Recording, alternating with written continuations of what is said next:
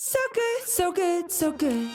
New markdowns up to 70% off are at Nordstrom Rack stores now. And that means thousands of can't-miss deals just in time for summer. The denim section is unreal. Why do I rack? All the dresses. I always find something amazing. Plus, buy it online and pick it up in-store the same day for free. Great brands, great prices. That's why you rack.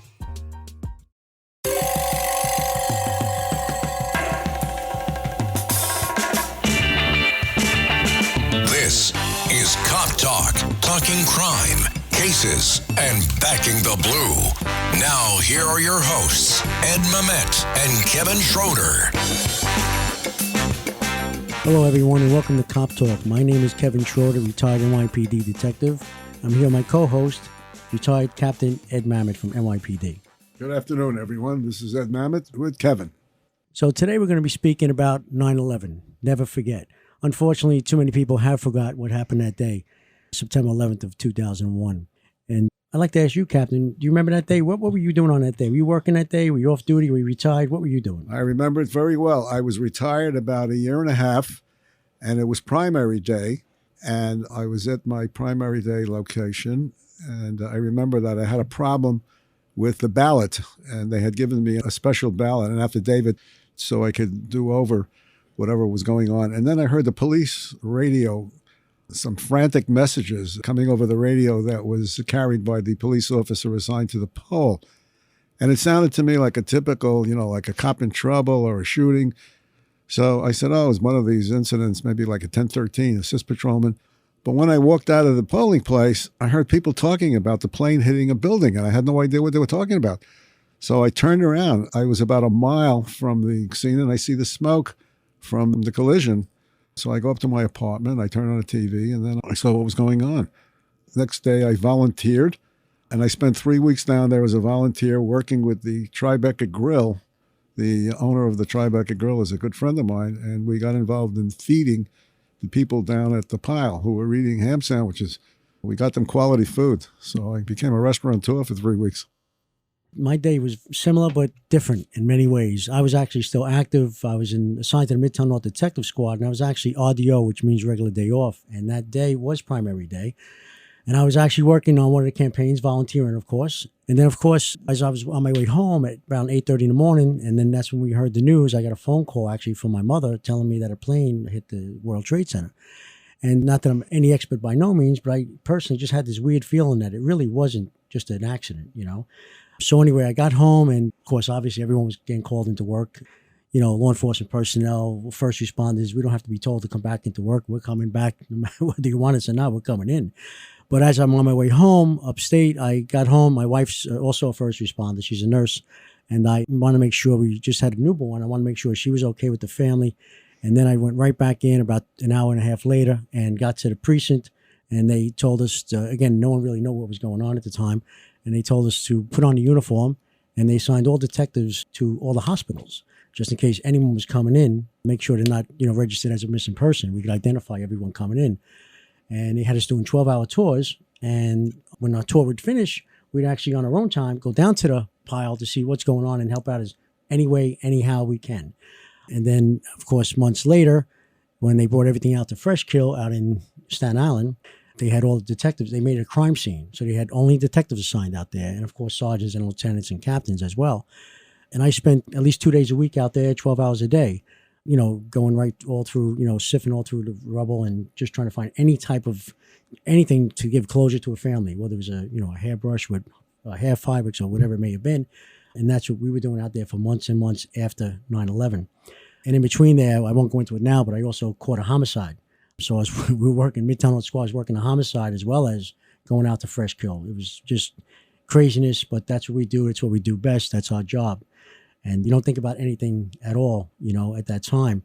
But now, unfortunately, besides the fact of over 3,000 people dying that day, there's been double, triple, maybe quadruple the amount of people who've died since that day and still dying. And no one is really aware of it. And, unfortunately, they need to be aware of it. So today our guest is a retired police officer, Jeanine Kelly, who I was fortunate enough to work with back in the day in Midtown North Precinct back in the 80s. And right now, and when she retired, she's a director of outreach and education for 9/11. And I'm going to bring her on now to speak. Welcome, Jeannie. Thank you, Kevin. Thank you, Captain. Good to see you again. Yeah, so I retired in 2005 out of the Counterterrorism Division in Brooklyn. And then because of the work I was doing with the department, I actually signed on with Homeland Security down for the Center for Domestic Preparedness, which was a consortium under Homeland Security, and was asked to join a mobile training team to deliver training to all the police and fire in the central and eastern region of the United States based on lessons learned from 9/11. There was a retired lieutenant in one of my classes in 2010 who asked me to join him at Mount Sinai when the James Adroga Health and Compensation Act was signed by President Obama in 2010 that opened the door for several types of registrations, too specific to being federal, to do outreach and go out to the commands and also the specialized units to conduct presentations and register members of the department that were still working officially to get them registered in these programs. So I did sign on with the retired lieutenant at Mount Sinai and was their outreach coordinator up until 2018. And in 2018, the federal government told Mount Sinai that I could no longer help responders outside the 5 boroughs, even though the mission was to help anyone wherever they were. And Matt McCauley, who's also a retired police officer that became an attorney in our job at a legal and also lobbied and walked the halls of Congress to get these registrations signed by our elected officials, had heard that I was resigning, and he always would follow me doing the victims' compensation registration presentation and asked me to come work with him. So I work with Matt McCauley, who is the big Irish guy that sat behind John Stewart after Detective Lou Alvarez testified in D.C. back in 2019, 2 weeks before he passed away of a 9/11 related cancer. Both Matt and I were very instrumental in assisting Lou and his family with the registrations and the benefits, and then working alongside the NYPD for the line of duty death benefits as well. On September 11th, I was assigned to the police academy. My collar brass said police academy. I did not work in the building. I worked in the satellite of tactics training that was stood up after Kevin Gillespie was killed back in the 90s from street crime. It was a top cops training that was started first for plain clothes, and that was so well received that actually blossomed into what was tactics in-service training, which was mandatory with 9 boroughs with 9 satellites. So on that day being primary day, as you remember, Captain, what they did was they would shut training down and use the instructors to deploy to polling locations. And my polling location was in the confines of the 13th precinct on the evening tour. So I had just dropped my kids off from school. I was a single mom. I have 3 kids, and I sat down to have my cup of coffee, was watching the news when I saw the first plane hit. Knew right away that, and even though I realized that was going to be a disaster in itself, and that because I worked in the confines of Patrol Bar Manhattan South, we were probably going to get called in when the second plane hit, then I knew I needed to get in even sooner. I made my way down into the city after the second tower fell. My brother, who was also a police officer, we graduated at the same class, was working in Manhattan traffic. We were all pretty close in our 20th year. We came on in 82. So I knew he was working a day tour that day. And when I caught up to some guys with all that chaos and confusion, the guys from Manhattan traffic told me he was missing, that he made a right where the rest of the guys made a left. So for 14 hours, under that stress, chaos, and confusion, all I kept thinking to myself was, will I ever find him, and what I do? What's he going to look like? And what am I going to tell his wife? But the guys on the team found him at the East River Drive in the Pathmark Shopping Center, setting up a triage. Then I continued to work every day, working 15-hour days with no days off. As you remember, Kev, we had face-to-face relief. And I continued to work down at the site itself until March of 2002. From anything from the pile to site security to escorts of family members of victims that were killed that day to the bereavement center to transporting equipment and supplies and distributing that. So there were many facets to many of us from the NYPD that worked to support the rescue recovery operations. Subsequent to that, now with what I do now is the work that I do with Matt is I still conduct presentations based on the registrations. And there's a lot of folks out there that don't know any about these registrations that was stood up, that are fully funded and have now been reauthorized to the year 2090. And that's 67 more years. So these registrations and the benefits they provide to us and our families is what protects us for both medical and as also compensation financially. One is the World Trade Center Health Program, and the World Trade Center Health Program is overseen by a federal agency called NIOSH, which is the National Institute of Occupation Safety and Health. They have set forth the criteria for responders, whether they were there officially or volunteered, to be registered in the World Trade Center Health Program. And the criteria for NYPD, the Port Authority, and FDNY based on a timeline is different than everyone else. But the official disaster site starts based on the federal guidelines at Canal Street, south to the tip of Manhattan, river to river, which also includes Ground Zero, includes the temporary morgue where human remains that were recovered at the site were secured, the barge loading pier at the North Cove Marina where the beams and debris were loaded up onto, sailed over to a receiving pier in Staten Island, and then the landfill, as you stated, where members of our department and also from federal agencies like the FBI, because it was a crime scene, that were sifting and raking looking for human remains and evidence. It also includes the morgue, which is located north of Canal at 30th and 1st. So the human remains that were secured at the temporary morgue were escorted officially by state police and our highway unit to the morgue so they can be identified by members of our department again and members of the morgue and physicians to identify the human remains. Now, the timeline is a minimum of 4 hours between 9/11 and July 31, 2002. And that's the timeline specific for the World Trade Center Health Program for anyone from FDNY, NYPD, and the Port Authority. And Captain, the fact that you were retired before 9/11, there are hundreds of retired members of our department that answered the call to come in on the recall, specifically even more so from the Emergency Service Unit. Because, as you remember, ESU lost 14 members of our department that day. So a lot of guys from ESU came back to help not just work on the pile, but to restore the equipment so that they can continue working on the pile, working 7 days a week, 12, 15, 16 hours a day. So with that in mind, under that criteria, under the federal legislation, there are members of our department that are retired that don't know any of this information. There are people who drove from all across the country and just felt compelled after they watched it on TV to respond to help out. But the definition of a responder based on the federal criteria is not just police and fire and EMS. The construction workers from all the locals are considered responders. The traffic safety folks in our department, there's people who volunteered to hand out food, water, like you did, sir, and boots and gloves and personal protective equipment. The veterinarians that came in to volunteer to take care of the dogs that were getting hurt on the pile because of all the trip hazards and the debris and glass are considered responders. There are task force teams from every state in the 50 states of the Union that deployed to New York officially, from fire departments and from police departments that came into New York. So there's an estimated over 500,000 people that were exposed to the toxins from that day and the many days after. Now, working on the pile, and just to give you an example, we did not recover 600,000 square feet of glass. When you worked on the pile, you didn't find one desk, one chair, one file cabinet, one computer, one sink or toilet from the Trade Center. Everything was pulverized. We do know that there was asbestos in the Trade Center in the first 44 floors. And if you know anything about asbestos in the lungs, which FDNY is hugely concerned about right now, is the lung cancer. That latency period for lung cancer is 15 to 20 years. The World Trade Center Health Program, based on the language that's used on the medical side, is the presumption that any one of us that work down there will get sick. And sadly, most of my work right now is with responders and also the survivor population, which are the folks that live down there, worked in the area, and the kids that were in school that day and then also returned to work that Monday after when Wall Street reopened on the 17th of September. So the toxins and the debris and the ash we do know that there were toxins that we not only breathed in, but, Captain, the food that we ate down there was also contaminated. And then the vehicles are secondary exposures. So the federal government also recognizes the mechanics that were cleaning or maintaining or retrieving vehicles that went down to the disaster site as a secondary exposure.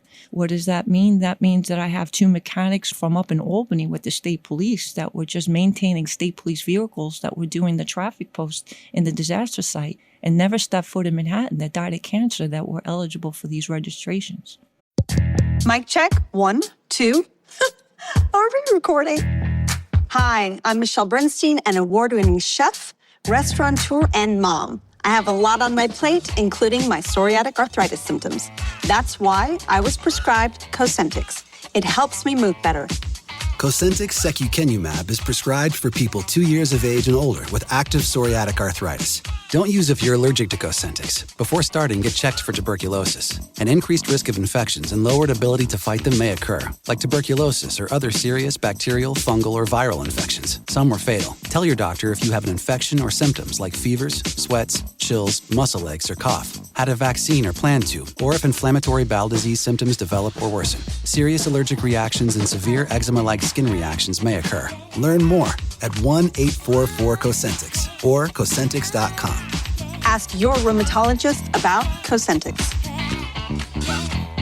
Interesting point. I didn't realize that there are people all over the country that were exposed. I remember when I was down there were police officers coming in from all over the country. I remember one group, they just jumped in a car. They were maybe 1,000 miles away. They jumped in a police car, about 6 of them, without telling the chief, and they just drove continuously. And when they got there, we didn't know what to do with them. They first went, I think, to the Javits Center, and then we were they were being placed on traffic posts and the like. How do you reach out to these people that you said before were exposed? Do they know about this? To answer your question, the way we get the word out is we actually have a website called 911outreach.com, and then through the inline organizations like Kevin's organization with the Retired Detectives Association, the Emerald Society. I have been warmly embraced by other agencies, from the state police in New York to the FBI, and in regards to assisting them, because 26 Federal Plaza, as you know, is south of Canal Street. So there are several members from our department that work in JTTF that have family members or support staff that work in the building. So it's basically by word of mouth and platforms like this invite from Kevin and from you to allow me to have the opportunity to get the word out. Texas Task Force 1 had 74 firefighters, 4 of which have died. Most recently, 2 weeks ago, they were the youngest member of their team died of stage 4 stomach cancer. And in addition to that, state police statewide. So when I say outreach means you got to be out. So every day I'm in a different place. Either I'm local here in the city, or I'm upstate, or yesterday I was up in Putnam County with 2 members of our department that have very acute cancers. One is actually an end of life, and because of organizations for the retirees, which is the larger population right now, that's the only way I'm able to get the word out. Well, hopefully this program and this interview of you will be heard worldwide, nationwide, and people that responded will know about the program who don't know about it. How much time do they have to apply? Those people, let's say someone out in California who responded and doesn't know about it, how much time do they have to apply for the benefits? So currently there is no deadline to register, but I encourage everyone to register in these registrations, and I can assist them with that, with the navigating of the paperwork. There are registrations. So for instance, the responder side of the World Trade Center Health Program has 1 application.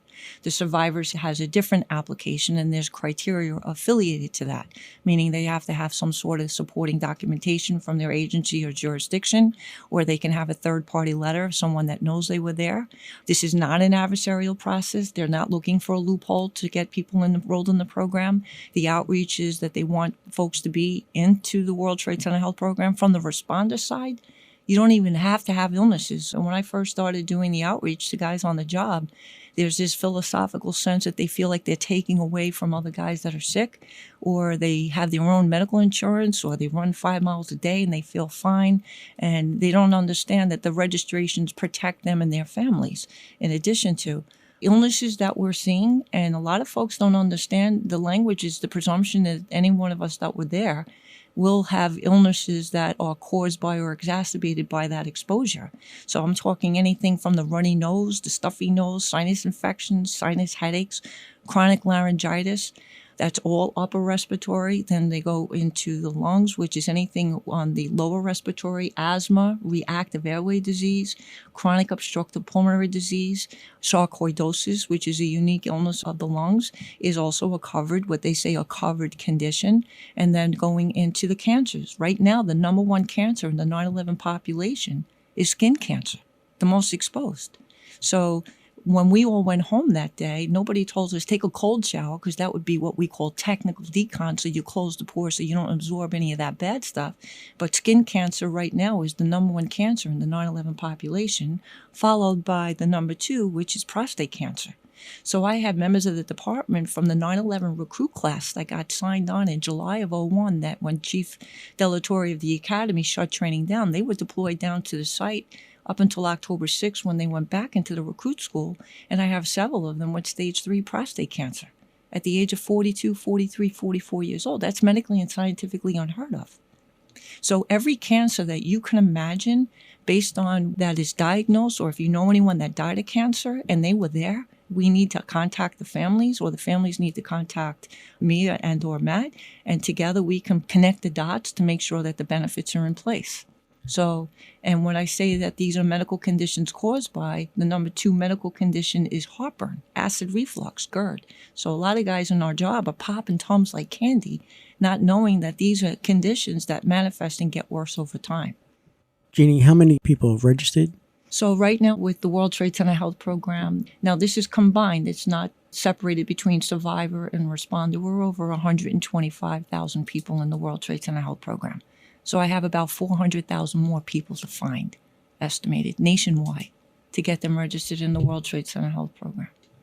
Jeannie, I know we had you as a guest speaker at the Retired Detectives of New York. One of our dinners, you came, you were a guest speaker, and you did a great job. I mean, I think probably from that night, many other folks have signed up, you know, especially a lot of guys who are retired. They're like, they blow everything off. But at the end of the day, like you said, skin cancer now is not one of the number one cancers from 9/11, and you made everyone very aware of that night.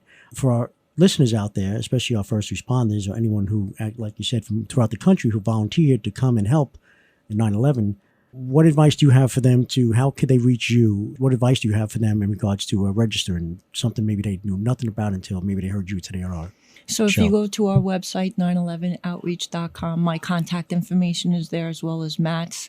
If you contact us, we will assist you with providing the registration information, and I'll actually walk you through it.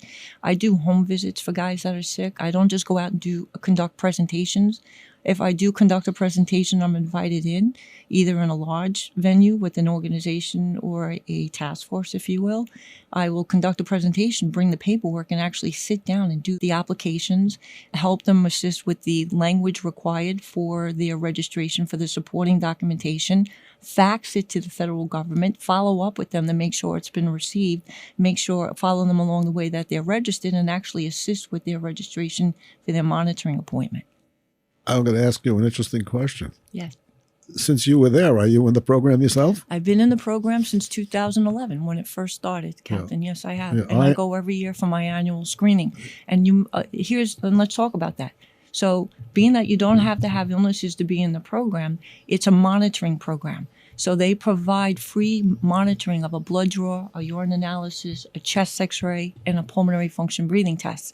And the physicians in the New York metro area, which is where we live, which is one of their providers called Clinical Care Centers of Excellence, or NYU in Manhattan, Mount Sinai.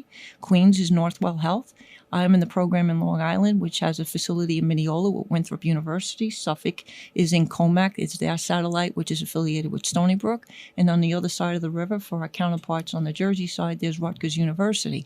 And then NIOSH has set up a national provider network. So depending on where everyone lives in the 50 states of the union, once they're registered in the program, there's the national provider network where they identify providers or physicians based on the zip code where they live. And they also can continue going for the monitoring, get certified for those conditions. And the beauty of the World Trade Center Health Program is when they're certified on the responder side, as long as the providers for the physicians or for those illnesses that are certified, all of their care and treatment is paid for the rest of their life by the World Trade Center Health Program. Yeah, I am in the program also. It took me quite a while to get involved. I had to have my arm twisted. And it turned out that I do have sinusitis from it and GERD. The program gave me a CPAP machine, which cost several $100. So I know the value of the program. I believe Kevin's involved also. Yes, I am. Yes, I am. And thanks to Jeanine Kelly, I am. One of those first responders who waited to the last minute, but thank God everything's good right now. Jeannie, thank you so much for being on our show. You do God's work. God bless you. And we look forward to hearing from you again. We'd love to have you on the show again. And thank you so much. I appreciate it. Thank you for the opportunity. God bless. Thank you. Jeanine Kelly, everyone. Thank you.